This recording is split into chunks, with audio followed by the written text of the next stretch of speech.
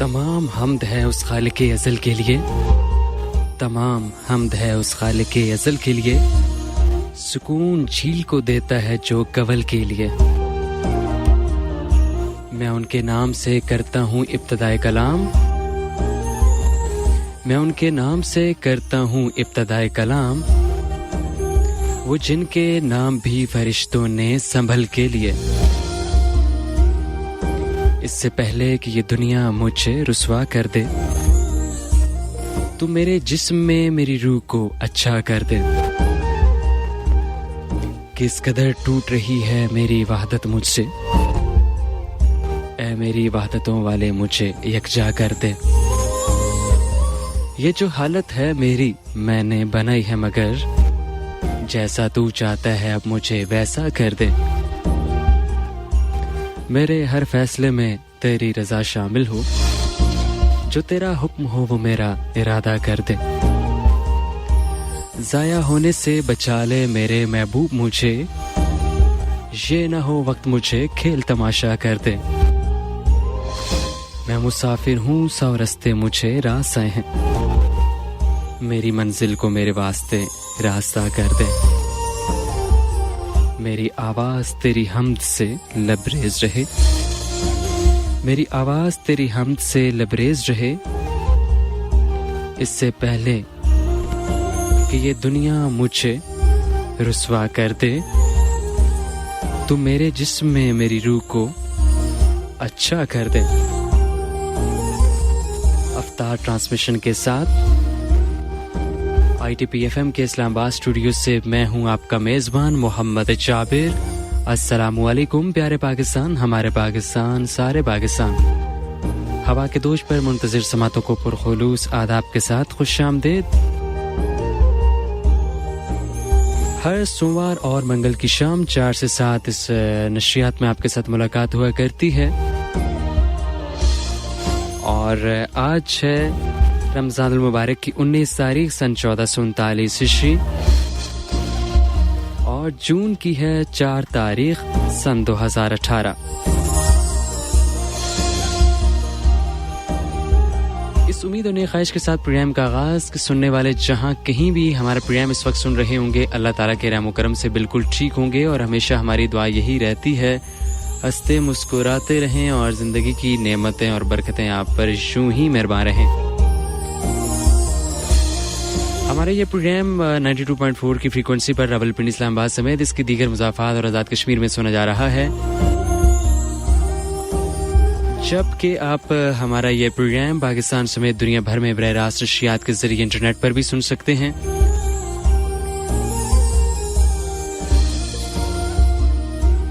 और इंटरनेट पर सुनने के लिए आप विजिट कीजिएगा www.islamabadtrafficpolice.gov.pk।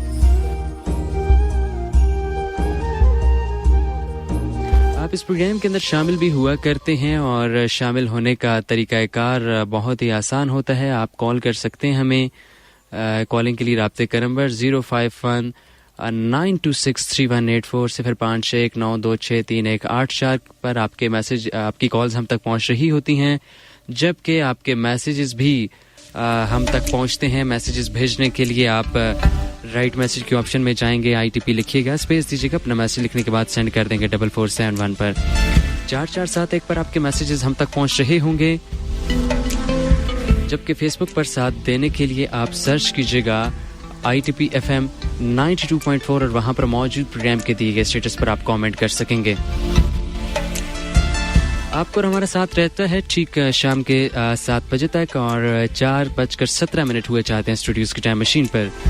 3 घंटे का दौरानिया रमज़ानुल मुबारक को मद्देनज़र रखते हुए मुख्तलिफ मौज़ूआत इस प्रोग्राम की ज़ीनत बनते हैं और उन तमाम मौज़ूआत का ताल्लुक हमारी ख्वाहिश रहती है कि रमज़ानुल मुबारक के साथ हो और रमज़ानुल मुबारक के मुख्तलिफ पहलू इस प्रोग्राम में डिस्कस किए जाते हैं। आपकी कंट्रीब्यूशन, आपकी तजावीज़, आपकी आरा जो कि आपके अपने इल्म, तजर्बे और मुशाहिदे की बुनियाद पर होती हैं, उसका हम प्रोग्राम में खैर मकदम करते हैं। और हमारी कोशिश ये भी होती है कि हम इस प्रोग्राम के अंदर मुख्तलिफ शोबों के साथ वाबस्ता शख्सियात को दावत दी जाए। मुख्तलिफ माहिरीन जो मुख्तलिफ शोबों के ऊपर नज़र रखते हैं, उनकी गिरफ्त होती है और मौज़ूआत को अच्छे तरीके से देखते हैं उनको अपने प्रोग्राम में मदऊ किया जाए और उस प्रोग्राम की जीनत बनते हैं वो तमाम तर शख्सियात। और इसी तरह मुख्तलिफ एस्पेक्ट्स, मुख्तलिफ पहलू जिस पर गुफ्तगू जारी रहती है, वही इस प्रोग्राम का खासा है। आज भी हमने कोशिश की एक ऐसी ही शख्सियत को अपने प्रोग्राम में मदऊ किया जाए और उनकी गुफ्तगू, उनके एक्सपीरियंसेस और उनकी ऑब्जर्वेशन या उनकी कंट्रीब्यूशन, उनकी खदमात जो कि सोसाइटी में हैं, जो काम कर रही हैं शख्सियत, जो कारनामे उन्होंने सर अंजाम दिए हैं या जो अपनी सलाहियतों को बरूए कार ला कर इस वतन की खिदमत के लिए हमेशा कोशां रही हैं, उनकी तमाम तर खिदमात आपके सामने लाई जाए। और हमारी ख्वाहिश यही रहती है ऐसे तमाम मुहिब्बे वतन पाकिस्तानी जो इस सरजमी के साथ, इस वतन के साथ, इस धरती के साथ मुखलिस हैं और अपनी जान को, अपनी सर्विसेज को, अपनी अहलियत, सलाहियत को बरूए कार लाकर इस मुल्क की सलामती, खुशहाली के लिए शब व रोज़ मेहनत करते हैं, जिद्दोजहद करते हैं। हम उनको ना सिर्फ सैल्यूट पेश करते हैं बल्कि हमारी ख्वाहिश होती है इस प्रोग्राम में उनको मदऊ किया जाए और उनकी आवाज़ और उनकी खिदमात आप तक पहुँचाई जाएँ। इसी तरह हमारे साथ आज एक शख्सियत मौजूद हैं और इनका नाम सारा खलीली है। ताल्लुक़ है इनका इस्लामाबाद से ही, बाय प्रोफेशन आप लॉयर हैं और इस वक्त भी किसी इंस्टीट्यूशन में तालीम को जारी रखे हुए हैं। गुज़श्ता 5 साल से दुखी इंसानियत की खिदमत में मसरूफ़ अमल हैं और यही इनकी शख्सियत की पहचान है, यही इनका तारुफ है। इनके साथ आज हम गुफ्तगू करेंगे और इन्हीं की ज़बानी डिस्कशन को आगे लेकर चलेंगे। अस्सलाम वालेकुम मैडम। वालेकुम अस्सलाम। कैसे मिजाज आपके, खैरियत से हैं? अल्लाह का शुक्र, आप कैसे हैं? बिल्कुल खैरियत से। आपको बहुत ज़्यादा खुशामदीद कहूँगा आज के आप हमारे स्टूडियो में तशरीफ़ लाई हैं और ये प्रोग्राम यकीनी तौर पर हमारे लिए ना सिर्फ ऑडियंस के लिए खुशाइंद होगा बल्कि बहुत सारी मुफीद मालूमात हम तक पहुँचेगी। और ये जानना चाहेंगे कि जैसा कि प्रोग्राम से पहले हम डिस्कस कर रहे थे कि एजुकेशन फॉर ऑल के नाम से आप ट्रस्ट भी चला रही हैं और इस मुल्क में जो डिज़र्विंग स्टूडेंट्स हैं उनकी आप मदद करती हैं। तो ये आप ही की ज़बानी जानना चाहूँगा, ये सिलसिला कब से शुरू हुआ, क्यों हुआ, इसकी ज़रूरत आपने कैसे महसूस की? ऐसा है कि मैं ये करना नहीं चाहती थी। मेरे सर एक बच्चे को डाल दिया गया था कि मेरी मदर ने कह दिया था कि इस बच्चे की जिम्मेदारी मैंने अपनी पॉकेट मनी से एज अ स्टूडेंट देनी है। उसकी फीस 500 रुपया थी। तो वो जब मैंने शुरू किया तो फिर एक बच्चे को दी, फिर और बच्चे इस तरह पता चलते गए जिनको ज़रूरत थी। फिर इस तरह मैंने ये आइडिया सोशल मीडिया पे फ्लोट किया कि इस तरह हम लोगों को करना चाहिए काम, एजुकेशन के लिए करना चाहिए। बहुत से ऐसे बच्चे हैं जिनके जो बहुत इंटेलिजेंट हैं, बहुत कुछ डिजर्व करते हैं लेकिन उनको नहीं मिल रहा, सिर्फ इस वजह से क्योंकि उनके पास रिसोर्सेज नहीं है। तो फिर ऐसे आइडिया फ्लोट किया, एज अ स्टूडेंट किया था। उस वक्त मैं LLB के 2nd ईयर में थी। तो वो फिर करते करते शुरू में तो काफ़ी टीम थी, फिर आहिस्ता आहिस्ता सब अपनी लाइफ में बिजी हो गए, सब चले गए। तो फिर मैं अकेले करती कि क्योंकि जाहिर है मेरा ब्रेन चाइल्ड था तो मुझे तो कंटिन्यू करना था। फिर 21 बच्चों से स्टार्ट किया था। पहला महीना हमारे पास दिसंबर 2012 से स्टार्ट किया था। ठीक है। तब 21 बच्चे थे।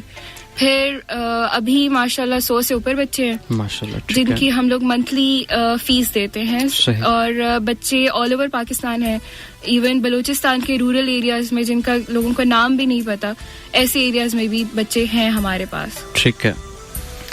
ये सिलसिला शुरू हुआ तकरीबन 5 साल कबल? तकरीबन, जी। ठीक है। और वो जो एक लगाया गया पौधा था स्टार्ट में, आज वो तादाद यकीनी तौर पर एक सैकड़ों में पहुंच चुकी है।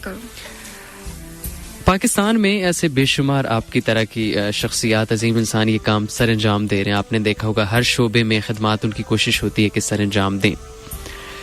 लेकिन हम आज उन प्रॉब्लम्स पर बात करने की कोशिश करेंगे कि पाकिस्तान की बहुत बड़ी आवाम या यूथ या लोग ऐसे भी हैं जो इससे इस्तिफादा हासिल करते हैं इन सर्विसेज से, और बहुत सारे ऐसे लोग हैं कि जिनके पास बहुत सारी सहूलियात मौजूद हैं लेकिन उन सहूलियात के होते हुए वो ये काम नहीं कर रहे।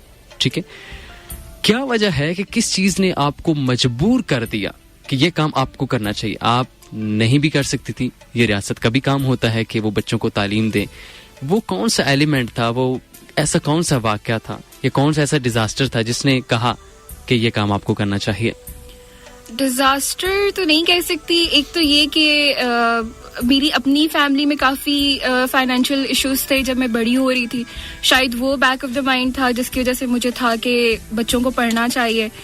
और दूसरा, मेरे ख्याल में नेकी का और इस तरह के कामों में का हर किसी में होता है कि वो करें, लेकिन मौका बहुत कम लोगों को मिलता है. मुझे बहुत सारे लोग अभी भी आके कहते हैं कि हमने आपके साथ काम करना है. उनको एक प्रॉपर चैनल मिलना, वो कमी है यहाँ पर कि वो किस तरह स्टार्ट करे, कौन सा सिरा पकड़े. मैंने प्लान नहीं किया था, और जब मैंने ये स्टार्ट किया था तो मुझे सबने ये कहा था कि तुम फेल कर जाओगे, नहीं कर सकोगे, ये 1 महीना चलेगा, 2 महीने चलेगा, प्लान इतना सॉलिड नहीं है. और मैं अभी भी कहती हूँ कि ये तकरीबन 6 साल होने वाले, अभी भी मेरा प्लान सॉलिड नहीं है, लेकिन चल रहा है. सॉलिड होना किसे कहते हैं? सॉलिड मतलब कि मेरे पास कोई प्रॉपर सोर्स ऑफ इनकम नहीं है जिससे फंड्स जनरेट हो. मैं मंथली बेस पर डोनेशंस की अपील डालकर उससे काम करती हूँ. ठीक है, लेकिन आप समझती हैं कि सॉलिड होना जरूरी है, और अगर सॉलिड ना हो तो ये काम अधूरा है? मेरे एक्सपीरियंस के मुताबिक सॉलिड होना जरूरी नहीं है, लेकिन अगेन डिपेंड करता है आपकी पर्सनालिटी पे. अब मेरा ये हो गया कि 5 साल से ज्यादा हो गए मैं काम कर रही हूँ, तो एक गुडविल जिसे कहते हैं वो बन चुकी है. अगर मैं अपील डालूंगी तो लोग डोनेट करेंगे, मुझे इतना यकीन है. शायद मैं पहले महीने में जब मुझे सब कह रहे थे कि मैं नहीं कर सकूंगी, तब मुझे पता था कि नहीं करेंगे लोग. फिर वो आहिस्ता आहिस्ता एतमाद लोगों का लिया, आहिस्ता आहिस्ता लोगों को रसीदें दी, डोनेशंस लेकर. बलूचिस्तान से अगर आप उसकी एक रिजल्ट कार्ड बच्चे का मंगवाते हो तो आप समझ सकते हैं कि वो कितनी मुश्किलात होती है उसमें, कि डोनर्स को रिजल्ट कार्ड दिखाना, उनके बच्चों के फी चालान दिखाना, हर चीज की जिम्मेदारी होती है कि आप डोनर को यकीन दिलाओ कि आपके पैसे जा रहे हैं और सही जगह जा रहे हैं. और रिजल्ट कार्ड दिखाने का मकसद ये होता है कि बच्चा पढ़ रहा है, ये नहीं कि हम बच्चे के फीस दे रहे हैं और पेरेंट्स आटा लेके आ रहे हैं उससे. बच्चा स्कूल ही जा रहा है उससे, ये हमें यकीन होता है. तो ये जो 100 बच्चे हमारे पास जा रहे हैं, ये ऐसे बच्चे हैं जो कभी, बहुत से ऐसे बच्चे हैं इनमें से जो कभी स्कूल गए ही नहीं थे, बड़े हो गए थे, काफी एज थी इनकी, लेकिन इनके पेरेंट्स के पास रिसोर्सेज नहीं थी, और बच्चे बहुत ज़हीन थे. अभी मेरे पास तकरीबन ऑलमोस्ट सारे बच्चे हैं जो कि टॉप पोजीशन होल्डर्स हैं. ठीक है. और कुछ बच्चे हैं जो फेल भी होते हैं, डेफिनेटली, ऐसा भी नहीं है. और मेरा ये क्राइटेरिया नहीं है कि बच्चों को टॉप करना है क्लास में, क्योंकि मैं कभी टॉप ग्रेडर नहीं रही हूँ. अल्हम्दुलिल्लाह, मैं भी नहीं रहा. नहीं, टॉप ग्रेडर होना जरूरी नहीं है. ये हमें बताना चाहिए. अक्सर वालिदैन कहते हैं ना कि बच्चे नंबर इतने आएंगे या फिर इतने ग्रेड्स होंगे. ये बहुत ज्यादा होता है कि टॉप ग्रेडर होना जरूरी नहीं है, पढ़ना बहुत जरूरी है. बच्चा अगर फेल हो जाए, जैसे जिन फैमिलीज को हम स्पॉन्सर करते हैं उनमें बहुत सारे ऐसे बच्चे हैं जिनके घर के हालात ऐसे जो वो पढ़ भी नहीं सकते. उनके पास घर में पढ़ने की जगह भी नहीं है, हालात भी नहीं है. अगर बाप आपका चर्च पी के आ रहा है, माँ को मार रहा है, तो आपके पास वो पढ़ने का माहौल नहीं है. फिर भी बच्चा अगर पास हो रहा है या एक एग्जाम में भी फेल हो रहा है तो वो उसकी गलती नहीं है, उसको माहौल ही नहीं मिल रहा. ना उसके माँ बाप पढ़े लिखे हैं, ना उसने कभी वो माहौल देखा जिसमें पढ़ा लिखा उसको कुछ लगे कि उसको पढ़ना चाहिए. तो हम उसको ब्लेम नहीं कर सकते कि कुछ बच्चे फेल हो जाएं. तो बल्कि पिछले साल एक बच्चा फेल भी हुआ था, तो मुझे उनकी तरफ से कॉल आई थी कि आप इस बच्चे को आगे पढ़ाएंगी या नहीं पढ़ाएंगे. तो मैंने उनको यही कहा था कि बच्चा अगर पढ़ना चाहता है तो उसको पढ़ाएं, क्योंकि जितनी मजबूरियों के साथ ये बच्चे पढ़ रहे हैं, हमने बहुत आसानी से पढ़ा, फिर भी हम टॉप ग्रेडर नहीं रहे कभी. हाँ, ये मैं भी सोचता हूँ कि ये 100 में से 100 नंबर आते वैसे कैसे हैं? ये बड़ी हैरानी होती है. नहीं आ सकते. वही जो अम्मी अब्बू कहते थे ना, वो आटा कौन सा खाते हैं और उनके सर पे सींग है, वही कोई चक्कर है कि जिनके 100 में से 100 नंबर आते हैं वो कोई और अलग ही आटा खाते हैं. बिल्कुल सोचना चाहिए इस पर. बहरहाल वैसे आप मतलब ये भी तरगीब देती हैं बच्चों को कि नंबर हासिल करना मकसद नहीं है, कि आप अपनी मौत और जिंदगी उसको समझें. नंबर हासिल करने के पीछे वो जो एक रेस वाली लगी होती है नंबर हासिल करने, उसका हिस्सा मत बने. रेस में इन बच्चों को हम डाल भी नहीं सकते. सही, ठीक है. इनकी सर्वाइवल की रेस ही काफी है. इनके लिए एजुकेशन की रेस हम नहीं बना सकते. ठीक. तो इसलिए हमारी ये प्रायोरिटी नहीं है. बच्चा स्कूल जा रहा है, एक तो ये हम लोग इंश्योर करते हैं कि बच्चा स्कूल जाए, कि ये नहीं है कि हम फीस दे रहे हैं और माँ बाप कभी कहीं चले गए, कभी कहीं चले गए. तो हमें ये पता होना चाहिए कि बच्चे की अटेंडेंस इतनी है कि वो तालीम हासिल कर रहा है. उसके बाद वो उसके ग्रेड्स जो आए वो ठीक है, अच्छी बात है. अगर कोई टॉप करे, वेरी गुड, बहुत अच्छी बात है. लेकिन अगर कोई नहीं कर सकता तो वो उसकी गलती मैं नहीं मानती. ठीक. अच्छा, जितने बच्चे पढ़ते हैं, क्या जो दर्द, जो दुख या जो एहसास आप में मौजूद है वो इन बच्चों में भी डेवलप होता है?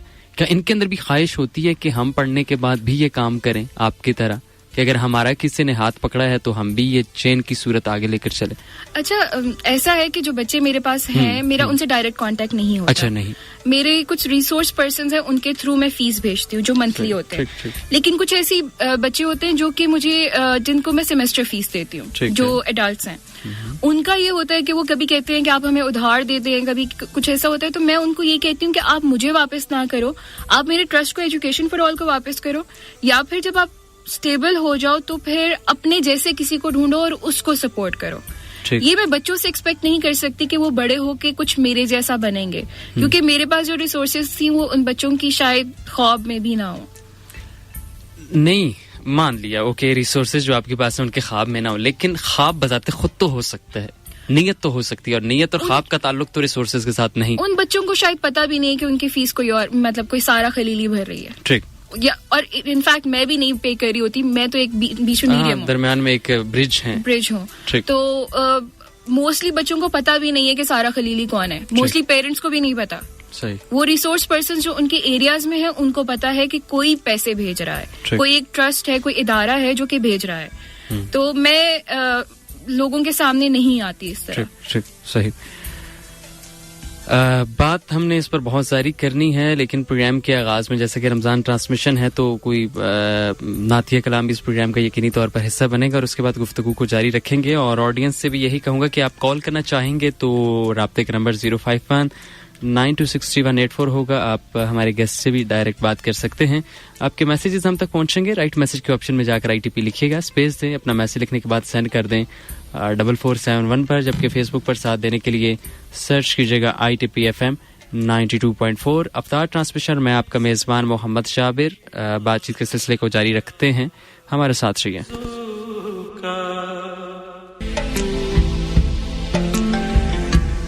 वो दानाए सुबुल खत्म रसूल मौलाए कुल जिसने, वो दानाए सुबुल खत्म रसूल मौलाए कुल जिसने, गुबारे राह को बख्शा फरोग़े वादी सीना। अफ्तार ट्रांसमिशन और मैं आपका मेज़बान मोहम्मद जाबिर ITP FM के इस्लामाबाद स्टूडियो से मुखातिब 4:38 स्टूडियो की टाइम मशीन पर। प्रोग्राम में आप शामिल हो सकते हैं। कॉल के लिए राब्ते का नंबर 05192631884। मैसेजेस आपके पहुंचेंगे हम तक, राइट मैसेज के ऑप्शन में जाएं, ITP लिखें, स्पेस दीजिए, अपना मैसेज लिखकर सेंड कर दें 4471 पर। प्रोग्राम में हमारे साथ आज गेस्ट मौजूद हैं सारा खलीली साहिबा, और तालीम का शोबा इनकी ज़िंदगी में वाबस्तगी है उसके साथ, और मुहिब वतन पाकिस्तानी होने का सबूत पेश कर रही हैं, और मुल्क के अंदर जितने भी डिजर्विंग स्टूडेंट्स हैं उनकी मदद करने के लिए कोशां रहती हैं। उनके साथ गुफ्तगू जारी है। तो दोबारा से आपकी तरफ मैं आता हूँ सारा साहिबा, और अभी ऑफ द रिकॉर्ड हम बात कर रहे थे, यहीं से गुफ्तगू को आगे लेकर चलते हैं कि तालीम, जैसा कि आप वो शम्मा जला रही हैं, इल्म की शम्मा से हो मुझको मोहब्बत यार, वैसे ही इकबाल ने कहा था।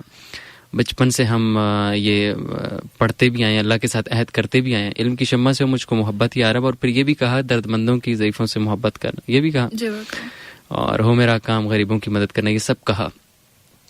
आप समझती हैं कि इल्म की शम्मा के साथ तो चले मोहब्बत की आपने की, उसकी वाज़े तौर पर सबूत और मिसालें मौजूद हैं, इल्म की शम्मा जल रही है, लोग फैज़याब हो रहे हैं।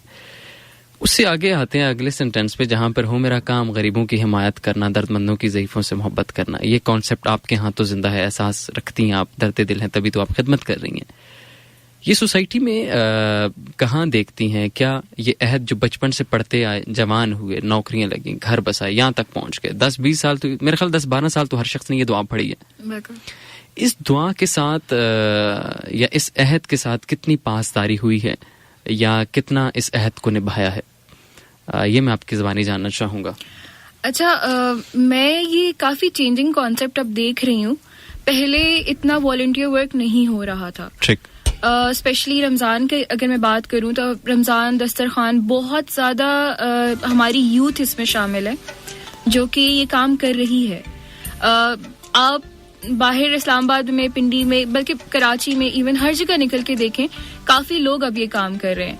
तो पहले जो एक वो होता था ना कि हमारी अम्मियों के जमाने में जो अफ्तारी भिजवाई जाती थी एक ट्रे में पड़ोसियों के घर, अब वो नहीं हो रहा, लेकिन ये हो रहा है कि एक अफ्तार जनरल पब्लिक के लिए सजाई जाती है। वो होना चाहिए, नेबर्स का आपका हक है, आपके हमसायों का हक है, वो अब कॉन्सेप्ट खत्म हो गया है। लेकिन जनरली मेरे ख्याल में अब इस जनरेशन में ये कॉन्सेप्ट ज्यादा हो रहा है वॉलंटियर वर्क का, क्योंकि मैं मेरा जो सर्कल अगर मैं उसकी बात करूं तो उसमें तो काफी ज्यादा है ये। लेकिन अगेन अगर मैं एरिया टू एरिया डिपेंड करता है, कुछ लोग स्टेप आउट करते हैं काम करने के लिए और कुछ सिर्फ पैसे पकड़ा देते हैं। कुछ सिर्फ आपको कहेंगे अच्छा ठीक है 20,000 हम दे रहे हैं, आपकी मर्जी, आप जैसे मर्जी खर्च करें। और कुछ लोग कहते हैं अच्छा ठीक है बताएं कहाँ पर काम करना है, हम वहां जाकर बाय हैंड देंगे। तो ये एक बहुत डिफरेंस है। मतलब वो जो दर्दमंदों की ज़ईफों की हर कोई मदद कर रहा है अपनी उसमें कैपेसिटी में, लेकिन हर किसी का तरीका अलग है, अपनी रिसोर्सेज के हिसाब से काफी लोग कर रहे हैं। ठीक, काफी लोग कर रहे हैं। एलिमिनेशन क्यों नहीं हो रही, इरेडिकेशन क्यों नहीं हो रही? क्योंकि वो सारा टारगेट बेस्ड होता है। मतलब ये नहीं होता कि आप मतलब जैसे मैं अभी की बात कर रही हूँ ना कि अफ्तारी के लिए कर रहे हैं, तो वो एक अफ्तारी खत्म हो गया, कोई सस्टेनेबल प्लान नहीं है, सस्टेनेबिलिटी नहीं है इन प्रोजेक्ट्स में, बिल्कुल भी नहीं। वो कैसे होगी? ऐसे कौन से प्रोजेक्ट्स हैं? एक तो तालीम है, तालीम के लिए जैसा मैं कर रही हूँ, मैं तो अपने प्रोजेक्ट का भी कहती हूँ कि सस्टेनेबल नहीं था। मैं तो था? शुरू में जब मैंने स्टार्ट किया तो सॉलिड प्लान नहीं था मेरे पास, इवन अभी भी नहीं है। मैं तो मंथली बेस पर कर रही हूँ जो भी कर रही हूँ। तो मैं हैरान हो रहा हूँ कि आप बार बार जिस सॉलिड की टर्मिनोलॉजी यूज कर रही हैं, अगर इसको ग़ज़ब कर दिया जाए वो बेहतर नहीं है, क्योंकि अल्लाह ने तो आपको आपकी नीयत, आपकी औकात, आपकी कैपेसिटी के मुताबिक देना है। ऐसे ही है, अल्लाह कहता है कि कोशिश करो, लैसा लिल इंसान इल्ला मा सा, कि इंसान जिस चीज़ की कोशिश करता है उसे हासिल कर लेता है। आप कोशिश कर रही हैं, अल्लाह ताला आपको यकीनी तौर पर नवाज रहे हैं, अल्लाह कामयाब भी करेगा, अल्लाह का अहद है। तो आप सॉलिड पे उम्मीद क्यों लगा के बैठी हुई हैं? अल्लाह ने नवाजा है, अल्लाह ने बनाया है, अल्लाह ने आपको यहाँ तक पहुँचाया है। मेरी उम्मीद सॉलिड पर नहीं है कि कोई मेरा कोई सॉलिड प्लान बनेगा।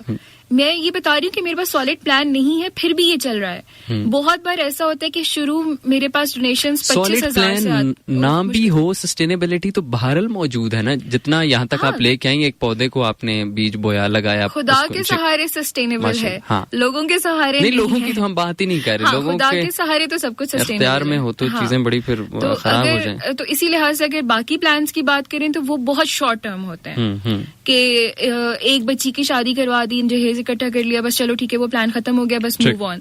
कोई एक प्लान नहीं है कि इस तरह कोई आपने प्लान किया है कि इस तरह के लोगों की आपने हेल्प करनी है। ठीक, आपका ख्याल है कि ये एक सिस्टमैटिक स्ट्रक्चर मौजूद होना चाहिए जिसकी ज़ेरे निगरानी ये चीजें सस्टेनेबल हो सकती हैं? वही अगर इरेडिकेशन की आप बात कर रहे हैं कि कि टोटल जो हमारी गुर्बत खत्म हो जाए, वो तो जब तक एक कंटिन्यूस प्रोसेस नहीं होगा तब तक नहीं हो सकता। तब भी शायद रहेंगे गरीब लोग, तो कभी भी नहीं खत्म तो नहीं होंगे। लेकिन जो आप हेल्प कर रहे हो उसमें यही रहेगा कि आपके पास आप एक कंटिन्यूस प्रोसेस चलता रहे तो ठीक है, बेहतरी आ जाएगी। लेकिन जो शॉर्ट टर्म प्लान्स होते हैं उसमें फिर यही होता है, जब शुरू हुआ तो ठीक है बेहतरी आ गई, उसके बाद फिर से खत्म हो गया। तो इसी तरह होता है सारा। ठीक है। अच्छा, जैसे आपने खुद बताया आप यूनिवर्सिटी में माशाल्लाह पढ़ती हैं, स्टूडेंट भी हैं। यूनिवर्सिटी में पढ़ने वाले स्टूडेंट्स के अंदर ये रुझान इन तरह के कामों का पाया जाता है, आप समझती हैं? मौसम पे डिपेंड करता है। गर्मी और सर्दी में? गर्मी सर्दी पर, ईमान के लेवल पर, इस तरह की चीजें होती है। आजकल सीजन है नेकी करने का। ओके, ठीक है। आजकल आप जिससे भी मांगोगे आपको वो देंगे, सीजनल है। ठीक, लेकिन नेकी का ताल्लुक सीजन के साथ बहरहाल नहीं होता, ऐसे ही है? लोगों के नेकी का बहुत ज्यादा ताल्लुक होता है सीजन से।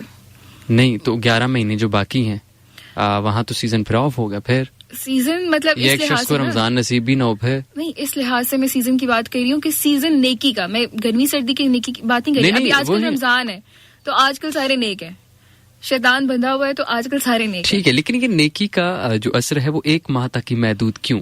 बाकी 11 महीने तो हैं, उसमें वो ये सीजन जो है वो एक्सटेंड क्यों नहीं करता, या हम उसको सीजन क्यों नहीं कहते? या अल्लाह ताला ने तो नहीं कहा कि सिर्फ रमजान में ही नेकी के लिए उठ खड़े हो जाओ, ऐसा तो नहीं है। बाकी 11 महीने भी तो अल्लाह ताला की डिमांड है कि अमल बिल मारूफ व नही अनिल मुनकर, नेकी का हुक्म दो और बुराई से रोको।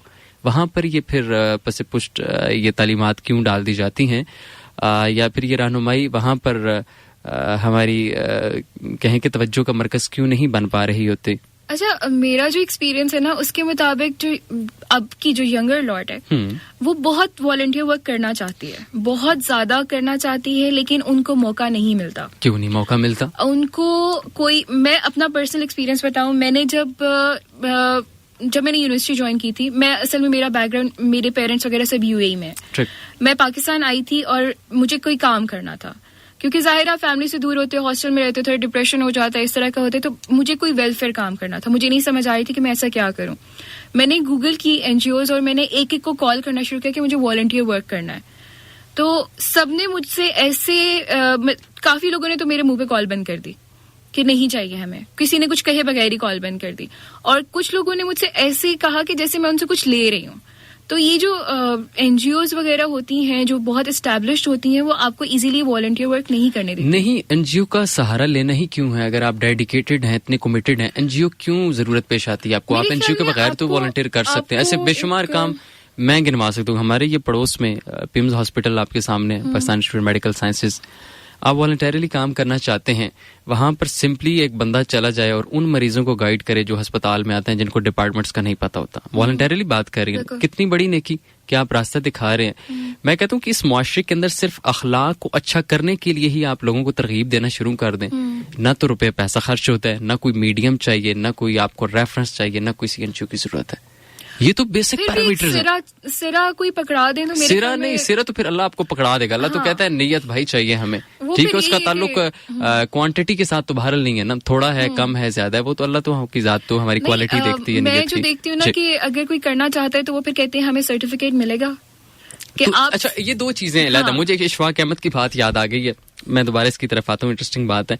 उनके पास एक बंदा गया तो वो कहता है कि बाबा जी मुझे गुर सिखा दें, ये जो सोना बनाने का गुर है। उन्होंने कहा मैं सोना बनाने का गुर तो सिखा दूंगा, लेकिन एक दो क्वेश्चन है, उनका पहले तुम जवाब दो, फिर उसके बाद मैं बताऊंगा। तो वो कहते हैं ठीक है, मैं आपके क्वेश्चंस का जवाब देता हूँ। बाबा जी उससे पूछते हैं इशफाक अहमद साहब के, ये बताओ कि तुम सोना बनाने का गुर मुझसे सीखना चाहते हो, क्यों, वजह क्या है? वो कहता है कि मैं अमीर होना चाहता हूँ, सोना बनाऊंगा तो मैं अमीर हो जाऊंगा। कहते हैं कि फिर उसके बाद क्या होगा? वो कहते हैं सोना बनाने के बाद मैं गाड़ियां लूंगा। कहते हैं अच्छा ठीक है, तुम्हारे पास शान शौकत के लिए गाड़ियां आएंगी, फिर क्या होगा? कहते हैं गाड़ियों के बाद फिर मेरी मुआशरे के अंदर इज्जत बढ़ेगी। ठीक है जी, इज्जत बढ़ गई, उसके बाद फिर क्या होना है? कहते हैं इन तमाम चीजों के बाद मुझे खुशी मिलेगी।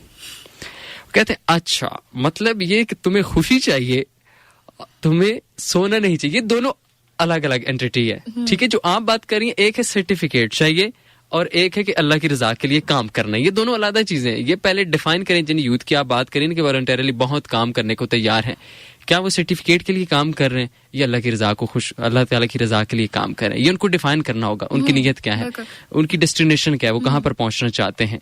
तो अगर तो सर्टिफिकेट लेना है तो फिर तो एनजीओ का सहारा पड़ेगा कि ठीक है आप उनके लिए काम करें और वो आपको अप्रिशिएट करता है। कुछ लोग ऐसे आते लेकिन हैं कितनी बड़ी तादाद है जो सर्टिफिकेट वाली है, वो ज्यादा है मेरे ख्याल यूनिवर्सिटीज में पढ़ने वाले लोग हैं।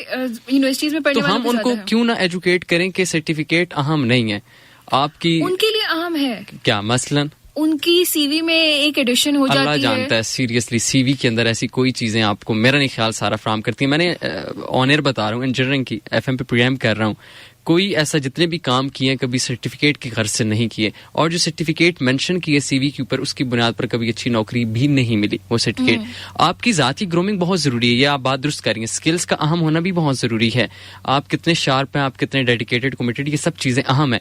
लेकिन इसका ताल्लुक कागज के साथ क्या है?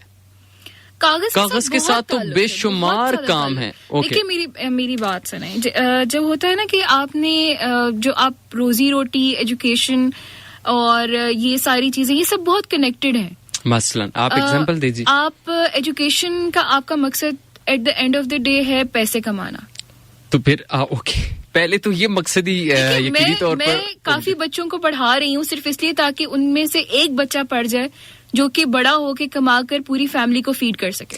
हम अपने बच्चों को ये फीड क्यों कर रहे हैं कि एजुकेशन का मकसद पैसा ही कमाना है, जैसे कि आपने कहा? हमारी ये डायरेक्शन बच्चों को क्यों दी जा रही है? क्योंकि जरूरी है, पैसा नहीं बहुत नहीं जरूरी ओके, पैसा ऑक्सीजन इस मुआशरे के अंदर, I know, I can understand. लेकिन उसको ये क्यों नहीं कहते कि तुम्हारा अच्छा इंसान बनना भी उस पैसे के साथ जरूरी है? अल्लाह ने कहा कि राज़िक मैं हूं, रिज़्क तो तुम्हें पहुंचेगा, तुम मेहनत कर रहे हो, सिला जरूर मिलेगा। लेकिन उसको सिर्फ ये क्यों पिंच किया जा रहा है कि सिर्फ पैसा कमाना है एजुकेशन का मकसद? जो एक बच्चा होता है ना, जो जिस तरह की फैमिलीज मेरे पास आती हैं, उनके लिए इंसानियत जो होती है ना, वो प्रेफरेंस नहीं होती, उनके पेट में रोटी उनकी प्रेफरेंस। दुरुस्त फरमाया आपने। लेकिन जब उनको एक प्लेटफॉर्म मिल गया, वो उन्होंने पढ़ना शुरू कर दिया, तो उनकी ब्रेनस्टॉर्मिंग इस तरीके से क्यों नहीं होती? इसलिए क्योंकि उनकी प्रेफरेंस रोटी कमाना है। उनके घर में जब रोटी नहीं मिल रही और उस बच्चे को स्कूल भेजा जा रहा है, वो जूते साफ करता था कहीं पे बैठकर, वो उसे उठा दिया गया है कि तुम ये उठो, तुम स्कूल जाओ, पढ़ो और इसके बाद तुम बाबू बन जाओगे और तुम्हारी नौकरी लग जाएगी। ठीक, उसकी जो एजुकेशन, उसका जो निसाब, उसके कोर्सेज, उसके टीचर्स, जिस सिस्टम का वो हिस्सा बना हुआ है जहाँ पे वो पढ़ने चाहता है, क्या जरूरी नहीं वहां पर उसको इंसान के एक आला अखलाक होने के लिए जो औसाफ होते हैं वो भी पढ़ाए जाएं? जा तो वो वैसे भी रहा है, ठीक है, रोटी उसके लिए अहम है, वो तो उसने कर जाना है 10 साल बाद, 20 साल बाद जब वो डिग्री लेगा, एजुकेशन उसकी मुकम्मल होगी। जब आपने कहा कि जरूरी है, तो फिर उसका फुकदान क्यों, उसकी कमी क्यों? देखिए, हमारा जो एजुकेशन सिस्टम है उसमें बहुत बड़ा वैक्यूम है, ये तो हम सब एक्सेप्ट करते हैं। ठीक। जो मेरी नानी ने पढ़ा था वो मैंने पढ़ा और मेरे बच्चों के बच्चे भी वही पढ़ेंगे। ठीक। कोई उम्मीद नहीं है कि वो करिकुलम चेंज होगा, मिस्टर चिप्स हर कोई पढ़ रहा है। ठीक। तो अब वो जब चेंज नहीं हो रहा, और हमारी दूसरी बात ये कि हमारे टीचर्स, जब टीचर्स की एक वैल्यूज जो है वो पैसे के लिए इस प्रोफेशन में आ रहे हैं, तो फिर जब वो पैसे के लिए आ रहे हैं तो वो मनी मेकिंग मशीन ही बनाएंगे ना। पेरेंट्स का भी प्रेफरेंस पैसा है, बच्चों की प्रेफरेंस, बच्चा जूते साफ कर रहा था, वो पैसे कमा रहा था, 20 रुपए दिन के कमा रहा था, 100 रुपए दिन के कमा रहा था, उसको उठाया गया कि तुम उठो, तुम जब पढ़ लिख जाओगे तुम्हें पैसा मिलेगा। जब एक दुनिया ही पैसे के गिर्द घूम रही है तो बच्चा क्यों नहीं ये सीखेगा? लेकिन अगेन ये सारी चीजें टीचर्स का काम है, मुआशरे का काम है, सोसाइटी कि सोसाइटी उसकी कैसे ग्रूमिंग करती है। बच्चा ये समझ सकता है कि मैं पढ़ रहा हूँ, मेरे जैसे और बच्चे अगर फर्श पे बैठे जूते साफ कर रहे हैं, कि मैं उनकी मदद करूंगा या नहीं करूंगा। ये बच्चे की अपनी कॉन्शियस होती है। देखिए, खुदा ने हर किसी के दिल में नेकी डाली हुई है, कोई उसको पुश अवे कर देता है, कोई उसको अपना लेता है। अब वो बच्चा जिसको हमने उठाकर डाल दिया, स्कूल में डाल दिया, वो बच्चा बड़ा होकर क्या करेगा उसका हम लोग गारंटी नहीं कर सकते, लेकिन उम्मीद कर सकते हैं कि ठीक है, हमने किसी के साथ कर दिया, कोई बच्चा जा रहा है तो हो सकता है उसके दिल में एक ही चीज हो।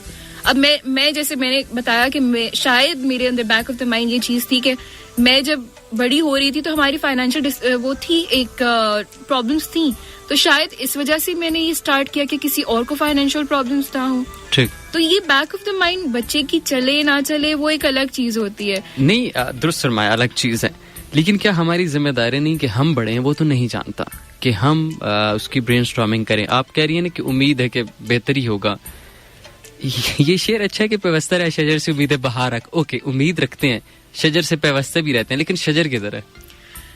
शजर वालिदैन है, सोसाइटी है। वालिदैन तो बेचारे पहले ही एक ऐसी क्लास के साथ ताल्लुक रखते हैं जो पढ़े लिखे नहीं है, बकौल आपके, उनके पास तो रिसोर्सेज नहीं है। अब आ गए आप लोग जिन्होंने स्पॉन्सर किया, जिन्होंने हाथ पकड़ा या जो उसका साहिबान बने, तो आपकी जिम्मेदारी बहुत जरूरी है कि रोटी जहाँ पर आप उसको प्रोवाइड करने के लिए ये रिसोर्सेज फ्राहम कर रहे हैं, वहां पर उसको कहें कि अच्छा इंसान तुम्हारा बनना अहम है। देखिए, ये जो हम लोग स्पॉन्सर करते हैं तो हम लोग ये स्कूल से एक्सपेक्ट करते हैं कि वो उनको ये सिखाएं। नहीं, हम आपस में चलें डिस्कस आज कर रहे हैं, इसमें इख्तलाफ भी हो सकता है, डिस्कशन से मसाइल का हल भी होता है कि हम स्कूल से क्यों करते हैं एक्सपेक्ट। स्कूल में भी तो आप और मेरे जैसे लोग बैठे हुए हैं, यकीनी तौर पर इसी मुआशरे के लोग हैं ना, कोई बाहर से तो नहीं आए। उनकी भी तरजीहात, जैसे कि आपने बताया कि रोजी रोटी ही है, तो हम में से फिर कुछ 4 बंदे अगर समझते हैं कि तरजीहात एक अच्छा इंसान बनना भी है हमारी जिंदगी में, जो कि सुन्नत भी है और हमारा दीन इस्लाम भी यही कहता है, तो आए हम इस पे बात करते हैं। अगर इस मुआशरे के अंदर हमने औरतों को चांद पर पहुंचा दिया, जहाज उड़ना शुरू हो गए, स्पेस टेक्नोलॉजी बन गई, इंसान बम बनाना शुरू कर दिया, सब कुछ कर लिया, इंसान अगर हम अच्छे नहीं बने तो ऐसी टेक्नोलॉजी क्या अल्लाह ताला को बता सकेंगे कि हाँ कि अल्लाह हमसे राजी है और अल्लाह को हमने खुश कर दिया? नहीं ना, नहीं कर सकते। वो तो फिर इसका मतलब है उस बच्चे के साथ तो हमने फ्रॉड किया, उसको रोजी रोटी के पीछे लगा के ये तुम्हारी बेटा तरजीहात है, सोसाइटी में पैसे होंगे तो तुम्हारी जिंदगी, अदरवाइज तुम कुछ नहीं। नहीं, तरजीहात हम उसकी नहीं उसको बता रहे, उसकी जिंदगी उसको अपनी तरजीहात खुद बता रही है। अब वो बच्चा है, अच्छा, उसकी मजबूरियां ही ऐसी हैं कि अच्छा इंसान बन जाना, वो अब मुझे नहीं पता क्या फैक्टर्स होंगे उसके जो उसको अच्छा इंसान बनाएंगे। मेरे ख्याल में तो अच्छा इंसान एक पूरा एनवायरनमेंट बनाता है आपका। हम लोग एजुकेशन उसमें एक टूल है, हम लोग एक टूल प्रोवाइड कर रहे हैं उस बच्चे को। ठीक। अब टीचर्स में हम ये नहीं कह सकते कि हमारा एजुकेशन सिस्टम टोटली फेल है इस चीज में। वैक्यूम डेफिनेटली है, लेकिन हम लोग ऐसी चीजें भी बच्चों को पढ़ाते हैं, अच्छाई बुराई का फर्क बताते हैं। और कुछ नहीं तो अच्छाई बुराई का फर्क एक इंसान के अंदर होता है हमेशा। ओके, इससे आगे चलता हूँ। ये मुआशरे में दर्द दिल रखना या मदद करना जरूरी क्यों है? क्यों करना चाहिए? मसलन एक शख्स है, आप उसको कहती हैं कि मदद करो, ये गरीब है, ये डिजर्विंग है, क्यों करें? वजह डिजर्विंग, आई थिंक हम लोग का ये जो डिफरेंस होता है ना, फाइनेंशियल डिफरेंस या किसी किस्म का भी डिफरेंस जो होता है, वो डिफरेंस इसीलिए खुदा ने रखा हुआ है कि हम लोग गिव एंड टेक का प्रोसेस होता है, एक साइकिल होता है। अगर सब लोग अमीर होते तो फिर बाकी हमारे मतलब अगर सब लोग ऑफिस में ही बैठ के काम करते तो ऑफिस बॉय कौन होता? कोई किसी ने तो वो करना है ना। तो अच्छा, वैसे ऑफिस बॉय के साथ ज्यादती नहीं कि अगर वो कहे कि मैंने तो ऑफिसर बनना था लेकिन मुझे तो ऑफिस बॉय बना दिया गया? वो तो खुदा ने बनाया ना। सही, वो तो उसका क्रेडिट अल्लाह को दे दे। नहीं, क्रेडिट की बात नहीं है ना। अब वो भी हालात की बात है। अगर उसको उतनी रिसोर्सेज मिलती जो कि एक अफसर बना बैठा हुआ है उसको मिल रही है तो फिर उसको भी वो भी बन जाता। सही। तो एक बहुत ज्यादा प्रोपोर्शन, बल्कि बहुत क्या कहूँ, हद से ज्यादा प्रोपोर्शन हमारा एक किस्मत पे जाता है। किस्मत इंसान खुद बना सकता है लेकिन दुआ वगैरह ये सारी चीजें होती हैं। तो अब अगर सब लोग एक तरह के हो गए तो फिर हेल्प कैसे करेगा कोई? ठीक, सही। तो इसलिए ये डिफरेंसेस इसीलिए होते हैं इंसान की जिंदगी में। इंसान क्या, पूरी दुनिया में इस तरह के डिफरेंसेस हैं। ज़कात का सिस्टम इसलिए ही बनाया गया है ताकि जो उनके पास नहीं है उनको दिया जाए, और जिनके पास बहुत ज्यादा है और उनके पास इतना ज्यादा है कि एक साल तक उनके पास रहा है तो इसलिए वो दे सकते हैं। इसका ये मतलब है कि एक साल तक उनके पास वो एक पोर्शन रहा है जिसमें से वो निकाल सकते हैं। बिल्कुल सही। सामने नशियात रफ्तार के हवाले से आप सुन रहे हैं और ITP FM के इस्लामाबाद स्टूडियो से मुखातिब मैं आपका मेज़बान मोहम्मद जाबिर। प्रोग्राम में आपकी कॉल्स भी आ सकती हैं 0519263184। आपके मैसेजेस राइट मैसेज के ऑप्शन में जाएं, ITP लिखें, स्पेस दीजिए, अपना मैसेज लिखने के बाद सेंड कर दें 4471 पर। फेसबुक पर साथ देने के लिए सर्च कीजिएगा ITP FM 92.4 और वहाँ पर मौजूद प्रोग्राम के दिए गए स्टेटस पर आप कमेंट कर सकेंगे, अपनी राय का इजहार किया जा सकेगा। आपको बताते चले कि 5 बजने में तकरीबन 2 मिनट्स बाकी हैं और इस प्रोग्राम में आपके साथ मुलाकात ठीक शाम के 7 बजे तक रहती है।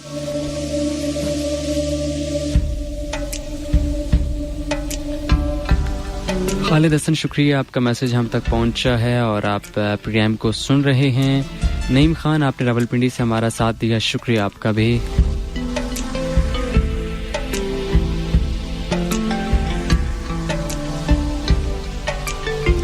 मुस्कान, आपने सलाम भेजा है, वालेकुम अस्सलाम। शो की आपने तारीफ की है, शुक्रिया आपका। और मोहम्मद रिजवान, आप कोटली सतिया से हमारा साथ दे रहे हैं।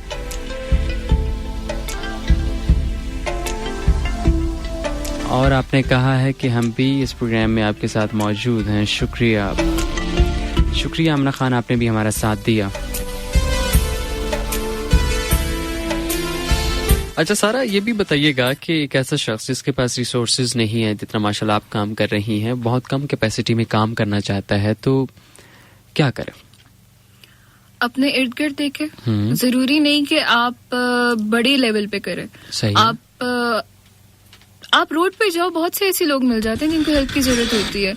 मैं हमेशा यही कहती हूँ, अपील जब मैं डालती हूँ, अभी हम लोग का रमजान राशन का हुआ था, मतलब ये हमारा प्लान होता है कि रमजान के वक्त हम लोग रमजान राशन पैकेजेस देते हैं। सही।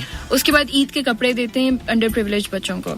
सही। अब उसमें यही होता है कि मैं ये नहीं कहती कि हर कोई मुझे पैसे भेजे और मैं पैकेज बनाकर किसी को दूं।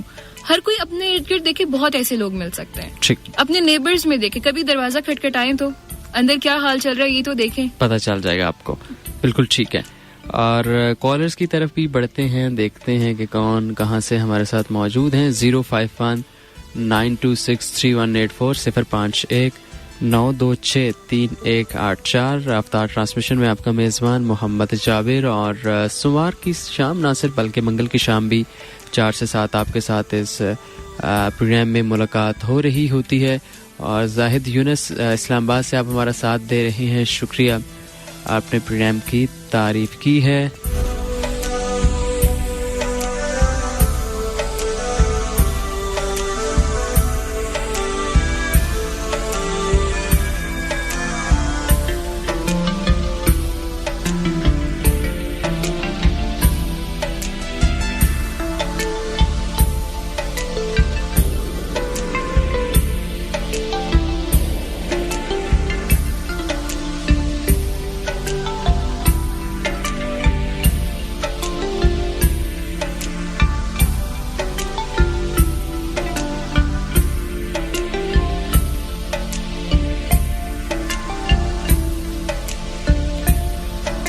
प्रोग्राम में एक नात रसूल मकबूल सल्लल्लाहु अलैहि वसल्लम शामिल करते हैं और इसके बाद बातचीत का सिलसिला जारी रखें।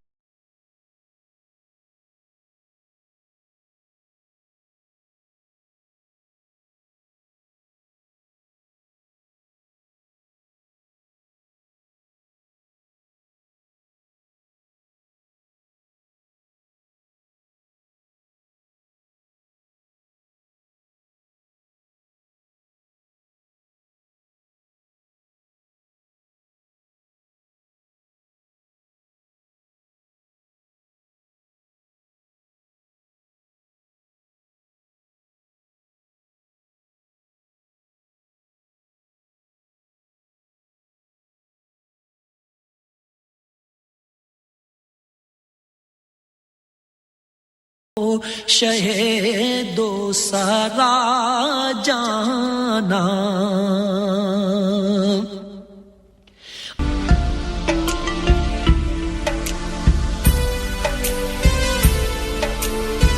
सामईन इकराम, खुश आमदीद रमज़ान मुबारक की खसूसी नशरियात और मैं आपका मेज़बान मोहम्मद जाबिर। 5:10 स्टूडियो की टाइम मशीन पर प्रोग्राम में कॉल कर सकते हैं 0519263184 0519263184। आप हमसे बात कर सकते हैं। आपके मैसेज हम तक पहुंच रहे हैं।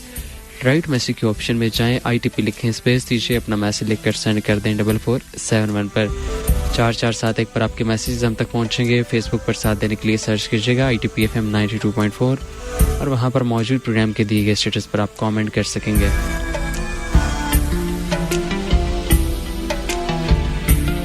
और हमारे साथ आज प्रोग्राम में गेस्ट मौजूद हैं सारा खलीली साहिबा, उनसे बातचीत हो रही है।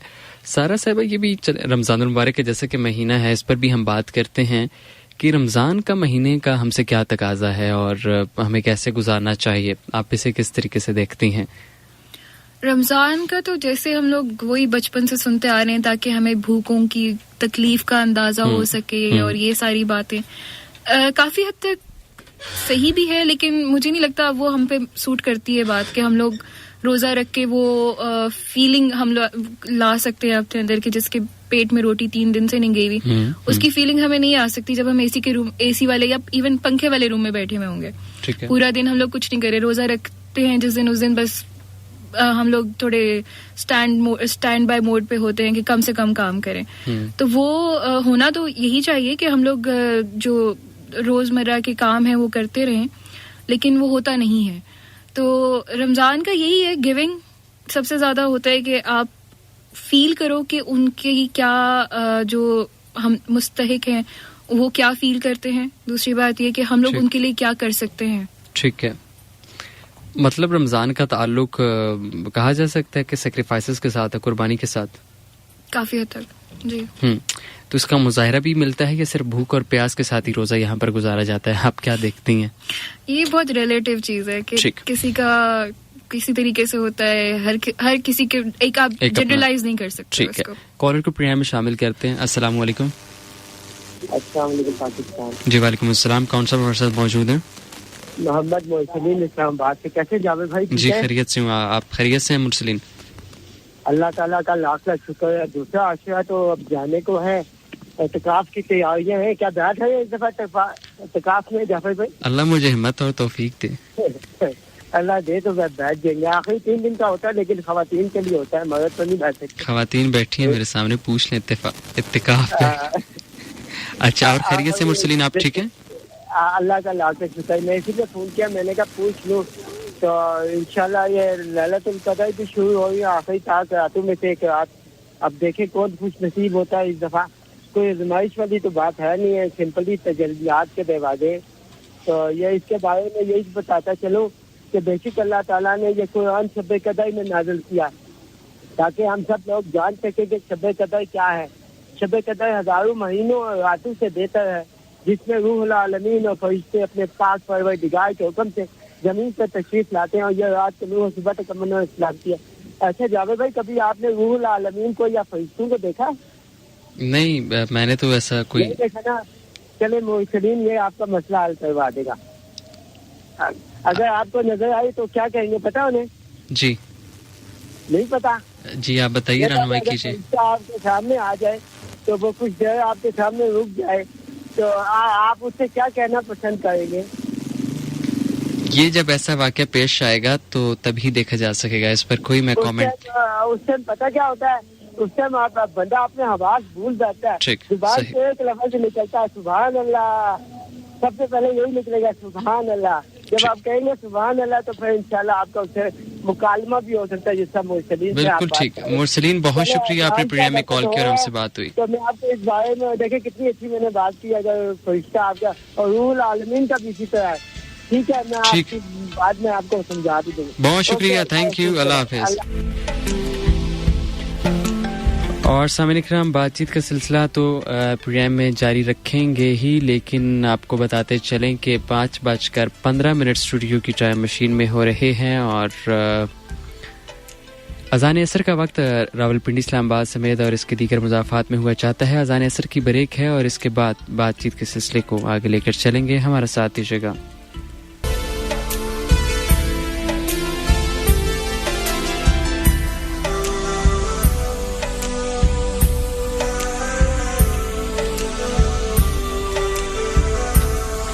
सामईन इकराम, खुश आमदीद, रमज़ान मुबारक की ख़ुसूसी नशरियात और मैं आपका मेज़बान मोहम्मद जाबिर। 5:30 स्टूडियो की टाइम मशीन पर और आप कॉल कर सकते हैं इस प्रोग्राम में। हमारा और आपका साथ रहेगा ठीक शाम के 7 बजे तक। राब्ते का नंबर होगा 0519263184 0519263184। आपके मैसेजेस हम तक पहुंचेंगे। राइट मैसेज के ऑप्शन में जाकर ITP लिखें, स्पेस दीजिए, अपना मैसेज लिखकर सेंड कर दें 4471 पर।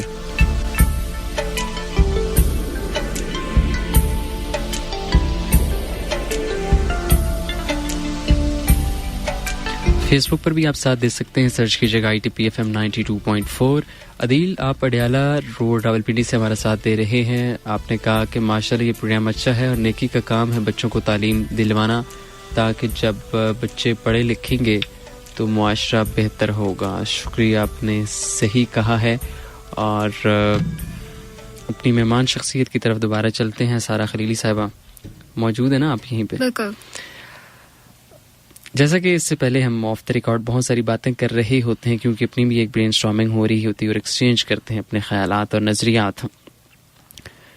इस मुआशरे के अंदर, इस सोसाइटी के अंदर माशाल्लाह जहाँ पर आपने 5 साल काम किया है, आपकी इतनी वर्किंग हुई है, समझती क्या है कि ये चीज़ें बेहतरी की तरफ गई हैं, लीड किया है या लैक हुई है, क्या हुआ? मुआशरे को कहाँ पर देखती हैं? मैं आपका तजुर्बा जानना चाहता हूँ। मेरा तो एक्सपोजर एजुकेशन फील्ड से है। अगर मैं उधर देखूं तो जहां मैं काम कर रही हूं, अगर मैं अपना सर्कल देखूं तो वहां इम्प्रूवमेंट है। ठीक। लेकिन मेरे सर्कल से दुनिया बहुत बड़ी है। मेरा एक कुआं है छोटा, उससे जो निकल के अगर देखूं तो इम्प्रूवमेंट नहीं है। काफी मतलब डिपेंड करता है, कहीं पे है कहीं नहीं है। जाहिर स्टैंड स्टिल तो चीजें नहीं हुई है। 5 साल में प्रोग्रेसिव ही है, प्रोग्रेशन है, सही है बुरी है पर है। तो अच्छा। स्टैंड स्टिल नहीं है कुछ भी। 5 साल में मैंने इम्प्रूवमेंट देखी है। एक आज़ाद शहरी और एक पाकिस्तानी और एक मुसलमान होने की हैसियत से आप क्या समझती हैं, हमारे क्या फ़राइज़ हो सकते हैं? मेरे पर्सपेक्टिव से सबसे ज्यादा तो हेल्पिंग, दूसरों की मदद करना किसी भी सूरत में। जरूरी नहीं है आप पैसे दे के हेल्प करो, आप फिजिकली हेल्प करो, आप किसी बच्चे को पढ़ा दो, किसी को मतलब किसी को हाथ दे दो, कोई गिर रहा हो उसको हाथ दे दो, यही बहुत काफी है। जरूरी नहीं कि आप बहुत बड़े काम करें, लेकिन ये छोटी छोटी चीजें होती हैं। कोई आप बैठे हुए हो, कोई बूढ़ा शख्स रूम में आ रहा है, आपको नजर आ रहा है वो थका हुआ है, आप उठ के उसको सीट दे दो, यही बहुत है। जरूरी नहीं कि आप बहुत ही कोई बड़ा ट्रस्ट कायम करो, NGO बनाओ। आप बस देखो, इर्द गिर्द देखो कि क्या चीज ऐसी है जिसमें आप इम्प्रूवमेंट ला सकते हो। वो कहते हैं ना कि पत्थर रास्ते से हटा देना भी एक नेकी है, तो आप वो कर लो। ओके, हमारे पास बहुत सारे मुख्तलिफ मीडियम हैं जहाँ से हम देखते हैं, सुनते हैं, सीखते हैं। लाइक ये कंप्यूटर स्क्रीन हमारे सामने पड़ी हुई है और इस स्क्रीन पर चलने वाला इंटरनेट का कनेक्शन जिसमें सोशल मीडिया है, क्या उनके तवस्सुत से हम कोई बेहतरी या कोई चेंज ला सकते हैं? वो हमारे लिए मददगार साबित हो सकते हैं ये मीडियम्स? बहुत मैसिवली, बहुत ज्यादा, क्योंकि मेरा जो ट्रस्ट है वो सिर्फ सोशल मीडिया के थ्रू ही चल रहा है। मैं अपील्स डालती हूँ ट्विटर और फेसबुक पर, और वो फिर आंसर होती है वहीं से, और मैं ऑनलाइन ही ट्रांजैक्शंस करती हूँ। मुझे मोस्टली जो बच्चे मिलते हैं वो भी ऑनलाइन ही मिलते हैं, तो इसलिए सोशल मीडिया तो बहुत बड़ा टूल है। मतलब अभी जो दौर है, मुझे एक हंसी आ गई, बच्चे ऑनलाइन मिलते हैं। ऑनलाइन शॉप सुनी थी कि प्रोडक्ट्स मिलती है, बच्चे ऑनलाइन ही मिलते हैं मुझे।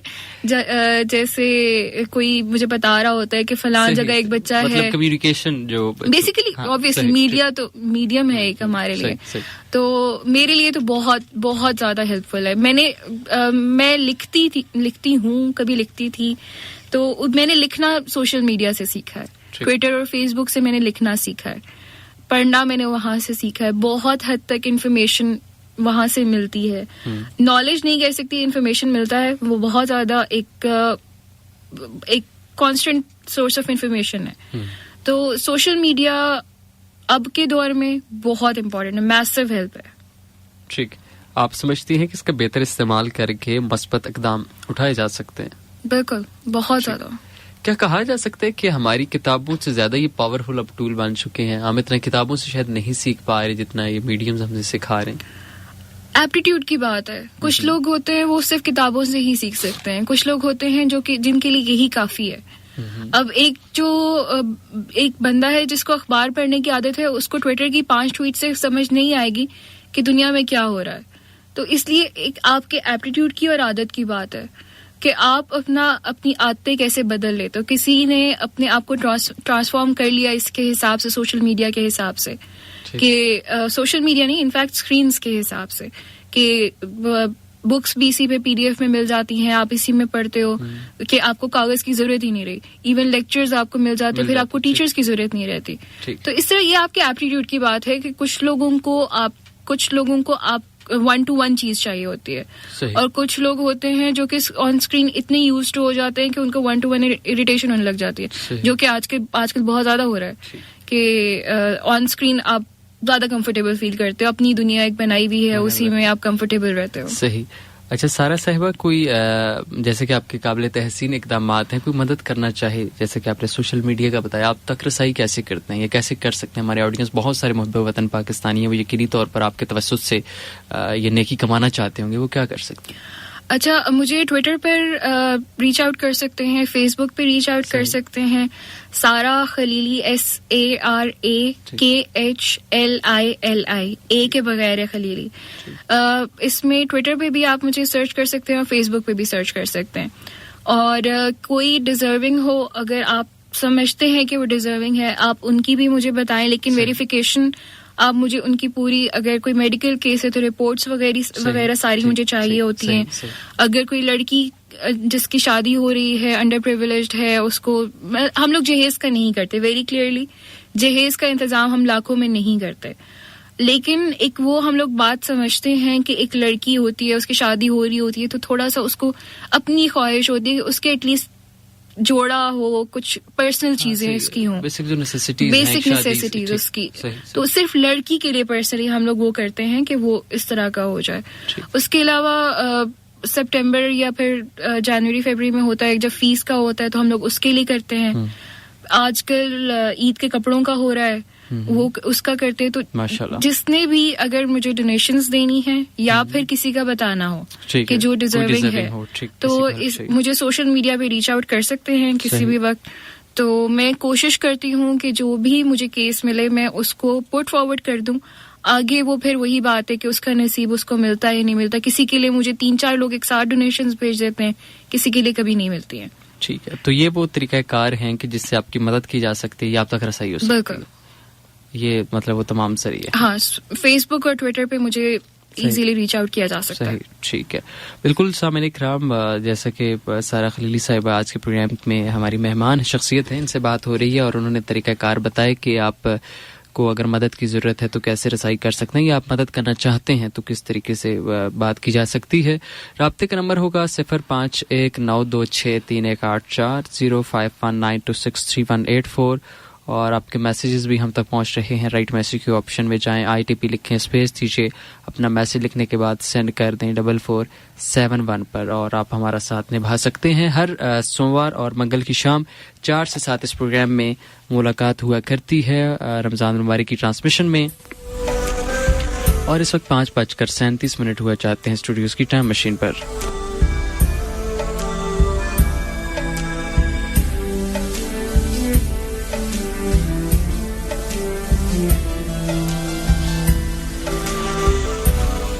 अच्छा, ऐसा है कि सारा खलीली साहबा के हम कॉलर को भी शामिल कर लेते हैं और उसके बाद हम गुफ्तगू का सिलसिला जारी रखते हैं। अस्सलाम वालेकुम। जी वालेकुम अस्सलाम रहमतुल्लाह। सर रमजान मुबारक हो और कमिंग ईद एडवांस ईद मुबारक हो सर। बहुत शुक्रिया जी, थैंक यू।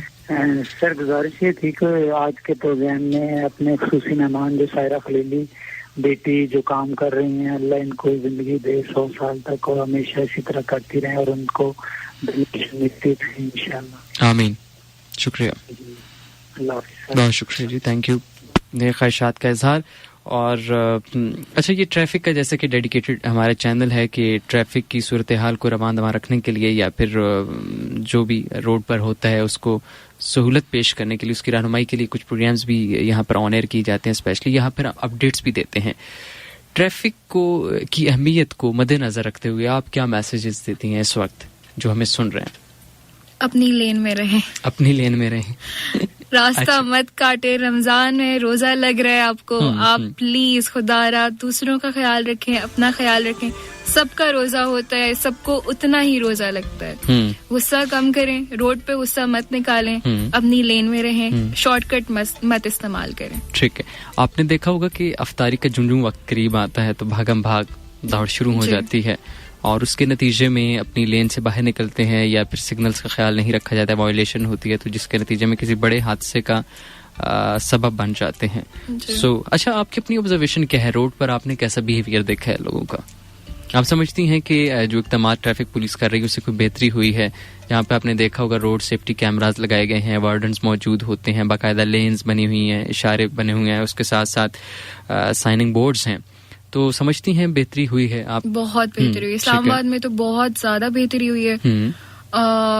पिंडी में भी इवन मैं देखती हूँ कि काफी ज्यादा बेहतरी हुई है। लेकिन वही बात है कि लोगों के अंदर जब सब्र नहीं होता तो वो खुद ही फंसते हैं। सही सही। तो ये थोड़ा सा उनको खुद ही ख्याल रखना चाहिए कि सिर्फ अपना ख्याल जब रखेंगे तो वो नहीं आगे जा सकेंगे। अब जब वो लाइन काटेंगे, दूसरों से आगे बढ़ने की कोशिश करेंगे तो वो फिर पूरी ट्रैफिक लाइन फंस जाती है। तो इस चीज का ख्याल रखें। जल्दी में आप नहीं पहुंच सकते अगर इस तरह की कोशिश करेंगे तो ट्रैफिक पुलिस का बहुत बेहतर इंतजाम है, बहुत अच्छा यहाँ पे निजाम है, तो काफी सेटिस्फैक्टरी है। ठीक है, रेकलेस नहीं, जल्दबाजी नहीं करनी चाहिए, सब्र करना चाहिए। और मेरे ख्याल इसकी एजुकेशन की बड़ी ज़रूरत है कि लोग जो भी रोड पर आते हैं उनको इन्फॉर्म किया जाए, उनको एजुकेट किया जाए कि रोड्स की आने पर अपनी एक साइंस है। और आपने देखा होगा कि जब भी कोई फॉरेनर इस मुल्क में आता है तो सबसे पहले उसका वास्ता रोड से पड़ता है और रोड पर चलते हुए लोगों के साथ। तो हमें चाहिए कि ये ट्रैफिक रूल्स की भी पाबंदी करें, कोई वायलेशन ना करें, क्योंकि इससे हमारा सिर्फ अपना नुकसान नहीं है बल्कि दूसरों का भी हो रहा होता है। और ये ट्रैफिक रूल्स जो होते हैं ये आपकी आसानी के लिए होते हैं। बिल्कुल, ये बहुत कैलकुलेटेड होते हैं आपको आसानी देने के लिए। ये इसलिए नहीं होते कि किसी को शौक है आपको किसी एक जगह पे रखने का। ये इसलिए होते हैं और ये इंटरनेशनली हर जगह होते हैं। ये सिर्फ इसलिए नहीं है कि पाकिस्तान के लोग ऐसे हैं या कुछ ऐसा है, ये हर जगह लोग करते हैं, इसी तरह गाड़ी चलाते हैं। तो यहाँ पे भी ऐसे ही चलाएंगे तो आपको भी फायदा होगा, आपको ही फायदा होगा बल्कि। बिल्कुल ठीक है, शुक्रिया कि आपके कीमती मैसेज ट्रैफिक के हवाले से। 5:41 और प्रोग्राम में शामिल करेंगे एक और नाते रसूल मकबूल, उसके बाद बातचीत का सिलसिला जारी रखेंगे। हमारा साथ दीजिएगा, मुझे कहते हैं मोहम्मद जाबिर। सामईन खुश आमदीद, रमज़ान मुबारक की ख़ुसूसी रशियात और मैं आपका मेज़बान मोहम्मद जाबिर। 5:48 स्टूडियो की टाइम मशीन में और आपको हमारा साथ ठीक 7 बजे तक रहता है।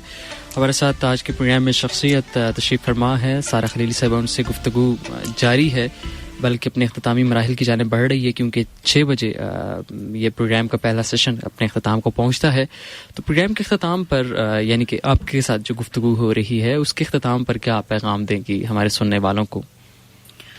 पैगाम यही है कि मदद करें, हर किसी की मदद करें। ज़रूरी नहीं है कि आप किसी को पैसे दे के मदद करें, किस तरह मदद करेंगे आपको खुद ही नज़र आ जाएगा। आप मदद करने की नीयत से निकलेंगे तो आपको खुद ही मौके भी मिलेंगे और लोग भी ऐसे मिलेंगे जिनको मदद चाहिए आपको. मेरा जो ट्रस्ट है और जो मेरा मोटिव है एजुकेशन फॉर ऑल, इसमें हर किस्म के लोग आते हैं. इसमें ट्रांसजेंडर्स भी आते हैं, इसमें बच्चे बच्चियां, हर रिलीजन के लोग, हर कोई आता है इसमें. तो आप लोग भी मदद फॉर ऑल पे जाएं कि हर किसी की हेल्प करें. और एजुकेशन मेरे नज़दीक सबसे ज़्यादा एक इम्पॉर्टेंट टूल है सोसाइटी को इम्प्रूव करने का, इसलिए मैंने ये चुना है. ज़रूरी नहीं कि कोई 4-5 लोग, ईदी साहब ही नहीं सब कुछ करना है, या मैं तो बहुत छोटा सा काम कर रही हूँ लेकिन या मैंने ही सब कुछ करना है. हर किसी की पर्सनल रिस्पॉन्सिबिलिटी है और वो उसने निभानी है. तो आप लोग जहाँ से अगर कोई मदद कर रहा है, आपको लगता है कि वो गलत कर रहा है या पूरी नहीं कर रहा, तो आप जहाँ से वो सिरा छोड़े आप वो सिरा पकड़ लें. ठीक, बहुत शुक्रिया. इंतहाई खूबसूरत और जामे, और आपने कहते हैं कूजे के अंदर दरिया को बंद कर देना.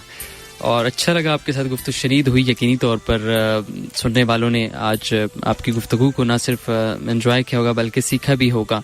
और अच्छा लगा कि आप हमारी इनविटेशन पर स्टूडियो में तशरीफ़ लाईं और हमसे गुफ्तगू की है. Thank you so much. Again, funding अगर करनी हो या कुछ भी करना हो तो ट्विटर और फेसबुक पे मुझे रीच आउट कर सकते हैं. सारा खलीली, खलीली में ए नहीं है, KHLILI. तो किसी भी सूरत में मदद चाहिए या मदद करनी है, दोनों सूरत में मुझे आप रीच आउट कर सकते हैं. बहुत शुक्रिया आपका सारा खलीली साहिबा. जी सामने कराम, आज की इस डिस्कशन में और आज के हमारे पैनल डिस्कशन में हमारे साथ मौजूद थी सारा खलीली साहिबा, और इनके साथ गुफ्तगू शनीद का सिलसिला जारी था. और अच्छा लगा कि पाकिस्तान में अपनी खदमात को सर अंजाम दे रही हैं और करीब क़ुरबा के लिए मदद कर रही हैं. बहुत सारे सवालात जो एक इंसान के ज़हनी सतह पर नमूदार होते हैं और उनका जवाब हासिल करना भी यकीनी तौर पर ज़रूरी होता है. एक इंसान की मदद हमें क्यों करनी चाहिए और उसकी मदद करना हमारी ही जिम्मेदारी क्यों है. एक बहसियत पाकिस्तानी या एक इंसान या एक मुसलमान होने के नाते हम पर क्या फ़राइज़ जो सर अंजाम देने चाहिए वो क्या है, हमें उससे आगाह होना चाहिए. अल्लाह ताला ने कुरान पाक के अंदर किसी भी चीज़ की कसम नहीं खाई सिवाय एक इंसान के पैदा होने पर कहा कि इंसान को कसम खा के कहा कि असनुल तकवीम के दर्जे पर पैदा किया गया है. वत्तीन वज़ैतून वतूर सीन हाज़ल बादल अमीन लक़द ख़लक़नल इंसान फ़ी अहसनि तक़वीम. तूर सीना की कसम खाई और बालदिल अमीन, वो शहर के जो कि रहमत वाला है, जो कि अमन वाला है, उस शहर की कसम खाई. और इन तमाम मुक़द्दस मकामात की कसम खा कर अल्लाह ने कहा कि इंसान को जब मैंने तख्लीक किया तो बेहतरीन सूरत में तख्लीक किया. अल्लाह ताला की बेहतरीन तख्लीकात इसके अलावा यकीनी तौर पर नबातात भी हैं, हैवानात भी हैं, और चरिंद परिंद, आसमान ज़मीन, जितनी भी इस कायनात के अंदर बसने वाली चीज़ें हैं वो तमाम अल्लाह ताला ने पैदा की. लेकिन उनकी कसम नहीं खाई, सिर्फ एक इंसान की कसम खा के कहा कि मैंने उसको बेहतरीन सूरत में तख्लीक किया गया है. तो यकीनन वो ज़ात की जो इंसान को बेहतरीन सूरत में तख्लीक करती है तो वो उस इंसान के साथ मोहब्बत भी कितनी करती होगी. जहाँ पर अल्लाह ने ख़ुद कहा कि एक इंसान के साथ 70 माओं से ज़ायद प्यार मेरा मौजूद है. तो अगर वो कायनात का जो मालिक है, रब्बुल आलमीन है, अपने पैदा करदा मखलूक के साथ 70 गुना ज़्यादा मोहब्बत करता है, और उस मखलूक के साथ हम अगर कोई ज़्यादती करेंगे, अगर हम उसको तकलीफ़ पहुँचाएंगे, दिल आज़ारी या दिल शिकनी का बायस बनेंगे, तो अल्लाह ताला हमसे कितना नाराज़ हो सकता है. नबी करीम सल्लल्लाहु अलैहि वसल्लम की हम ज़िंदगी पढ़ें, उनका उसवा हुस्ना को जब हम स्टडी करते हैं तो बेशुमार ऐसी मिसालें और बेशुमार ऐसे वाक़यात मिलते हैं जहाँ पर उनके यहाँ बर्दाश्त और कुर्बानी का सिलसिला हमें मिलता है. आपके हज़रत हमज़ा जो कि चचा थे, उनको कत्ल कर दिया जाता है, आप वहाँ पर उनको माफ़ कर देते हैं. आप पर अपनी जुल्म ज़ाती के पहाड़ टूट पड़ते हैं, आप वहाँ पर सब्र करते हैं. हमारे इस मुआशरे के अंदर एक ऐसे मुआशरे में जहाँ हम रह रहे हैं कि जहाँ पर बहुत सारी कमियां हैं, कोताहियां हैं और गलतियां मौजूद हैं, और उन गलतियों का आज़ाला करने के लिए, उन कोताहियों को बेहतर बनाने के लिए, यानी कि उनका अजाला करने के साथ साथ उनकी रोकथाम के लिए हमारी क्या जिम्मेदारी आयद होती है, ये हमें अपना जानना पड़ेगा. नबी की ज़िंदगी पढ़ के, जैसे कि रमज़ानुल मुबारक भी है, तो इस्लामी तालीमात का हमसे क्या तकाज़ा है, इससे भी हमें बहरहाल आगाह होना चाहिए. खुलफाए राशिदीन की ज़िंदगी गुजरी, उनकी ज़िंदगी और उनकी ज़िंदगी के अंदर बनाया गया निज़ाम हमें क्या सिखाता है, हमें ये भी आगाह होना चाहिए। इस मुल्क के अंदर मौजूद जितने भी गरीब गुरबा लोग हैं, जहाँ पर हम कहते हैं कि 2.5 करोड़ बच्चे स्कूल नहीं जाते या 60% ज़ायद आबादी गुरबत की लकीर से नीचे की ज़िंदगी गुजार रही है, ये बेशुमार लोग जिनको इलाज मुआवजे के लिए सहूलतें मुयस्सर नहीं होती, या बेशुमार माएँ अपने बच्चों को गुर्बत से तंग आकर रेलवे ट्रैक पर लेटकर जान का नजराना पेश कर देती हैं और इस दुनिया से रुखसत हो जाती हैं। ये तमाम लोग अल्लाह ताला के मुकर्रब बंदे होते हैं और ये मुकर्रब बंदे हैं जिनके बारे में अल्लाह ने कुरान के अंदर कसम खाई है। इन तमाम लोगों की जिम्मेदारी हम पर आयद इसलिए भी होती है कि अल्लाह ताला ने शरीयत के जब तकाज़े डिफ़ाइन किए तो उसके अंदर ईमानियात के साथ साथ, इबादत के साथ साथ अखलाकियात को भी रखा, और अखलाकियात के होते हुए हम पर जिम्मेदारी होगी कि हमारे मुआशरे के अंदर कोई भी डिजर्विंग शख्स पाया गया, कोई भी ऐसा शख्स जिसकी अहलियत, सलाहियत, काबिलियत, समाजी रुतबा हमसे कम है और हम उस शख्स की मदद कर सकते हैं और हमारे पास वो इख्तियार मौजूद है या हमारे पास वो रहनुमाई मौजूद है, हम रास्ता जानते हैं और वो गुमराह इंसान है, तो हमारी ऊपर जिम्मेदारी होगी कि उस गुमराह इंसान को भी उस रास्ते पर लेकर चलें जिसके बारे में कहा गया कि दिन सिरातल मुस्तकीम। अल्लाह ताला से बहरहाल हमें ये दुआ करनी चाहिए जब भी हम सजदा रेज़ हों या अल्लाह की अदालत में हाजिर हों कि ऐसे रास्ते पर ज़रूर हमें चला कि जिन पर अल्लाह ताला ने हमें इनाम किया है, और ऐसे रास्ते पर चलाने की हमें कोशिश भी करनी चाहिए। नबी करीम सल्लल्लाहु अलैहि वसल्लम के साथ गुजारी हुई उन सहाबा की ज़िंदगी भी हमें यही मैसेज देती है कि सहाबा जब रात को सोते थे तो सोने से पहले अपने पास ज़रूरत से ज़ायद सामान तमाम लुटाकर इसलिए सोते थे कि उनको इल्म था कि अगर ये सामान हमारे घर में मौजूद रहा और इसकी मौजूदगी में हमारा इंतकाल हो गया और हमारे इंतकाल के साथ हमारे पड़ोस में कोई ऐसा शख्स पाया गया जो कि डिज़र्विंग था, जो गरीब था, जो मुफलिस था और नादार था, अगर उस तक हमारी वो तमाम घर में मौजूद हमारी ज़रूरत से पड़ी हुई अज़ायद अशिया न पहुंची तो अल्लाह ताला के यहाँ हमारी तमाम नेकियां ज़ीरो से मल्टीप्लाई कर जाएंगी, इसलिए कि ये वो तमाम सामान उन लोगों की अमानत था जिनके पास नहीं था। ये जज्बा हमारे यहाँ मौजूद होना चाहिए कि हमारे पास वो तमाम चीज़ें जिनको अल्लाह ताला ने हमें नवाज रखा है वो हमारी ज़रूरत से अगर ज़ायद हैं तो उन लोगों की हैं कि जिनके पास नहीं है, और यही हमारा इम्तिहान है। अल्लाह ताला उन तमाम लोगों के दिलों में रहता है जो बहुत ही गरीब होते हैं, मुफलिस होते हैं या मजबूर होते हैं। ये बात सच है कि ये लोग अपनी मदद के लिए, अपनी उस मुसीबत और दुख और उस तकलीफ से निकलने के लिए अल्लाह ताला के हाथ सजदा रेज़ भी होते हैं, मदद भी मांगते हैं, लेकिन इन लोगों की दुआएं कबूल नहीं होती समहाउ। इन लोगों को अल्लाह ताला टाइम भी देते हैं, अल्लाह ताला इनको आजमाइश में भी रखते हैं, लेकिन उसके साथ साथ ऐसे तमाम अफराद हमारे ऊपर बहुत बड़ा इम्तिहान बनकर आते हैं, और उस इम्तिहान में अगर हम फेल हो जाते हैं, अगर हम इन गरीब लोगों के दिलों के दरवाज़ों के ऊपर दस्तक नहीं देते और इन लोगों के दिलों के दरवाजे हमारी दस्तक ना देने की वजह से नहीं खुलते और इन मजलूम लोगों के दिलों के अंदर खुदा रहता है, उस तक हमारी रसाई नहीं होती, तो हमें फिर अपना मुहासबा करना होगा कि हम डॉक्टर, इंजीनियर सब कुछ तो बन जाएंगे, लेकिन अल्लाह को राज़ी नहीं करेंगे तो यकीनन इस धरती पर रहकर अल्लाह के साथ हक अदा नहीं हो सकेगा। तो कोशिश करनी है हमें एक अच्छा इंसान बनने के लिए अपनी अकाउंटेबिलिटी करनी होगी। बकौल इशफाक अहमद के फातिहा लोगों के मरने पर नहीं, एहसास के मरने पर पढ़नी चाहिए, इसलिए कि लोग मर जाएं तो अल्लाह ताला सब्र दे देता है, लेकिन एहसास मर जाए तो मुआशरा दफन हो जाता है। अहम होना कभी भी अच्छा नहीं होता, अच्छा होना अहम होता है। कोशिश करें, अपना मुहासबा करें, उस रास्ते पर चलें कि जिसके समरात अल्लाह ताला को पसंद हों। प्रोग्राम में बहुत बात हो सकती है, कोशिश करेंगे कि 6:30 से आगे इस प्रोग्राम को कंटिन्यू करें और इस मौजू पर मज़ीद बात कर सकें। 6 बज चुके हैं और 6 बजे हम प्रोग्राम की एक रिकॉर्डिंग चलाया करते हैं रमज़ान के मौजूआत के हवाले से। 6:30 पर आपके साथ अगेन मुलाकात होती है, हमारा साथ दीजिएगा। रमज़ान मुबारक की ख़ुसूसी नशरियात और मैं हूँ आपका मेज़बान मोहम्मद जाबिर।